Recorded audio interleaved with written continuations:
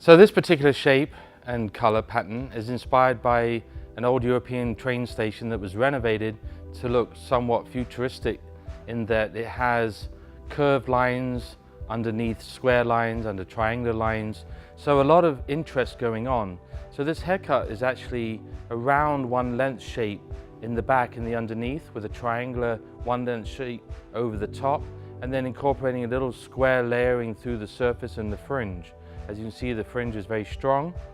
and brings your focal point to the face, while the rest of the haircut is also quite classic. The color system within this shape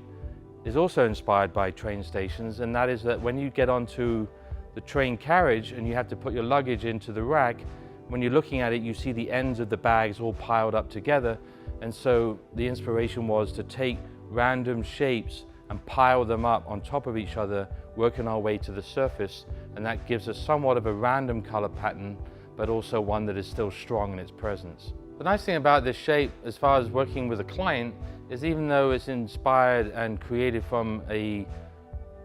highly creative resource, if you will,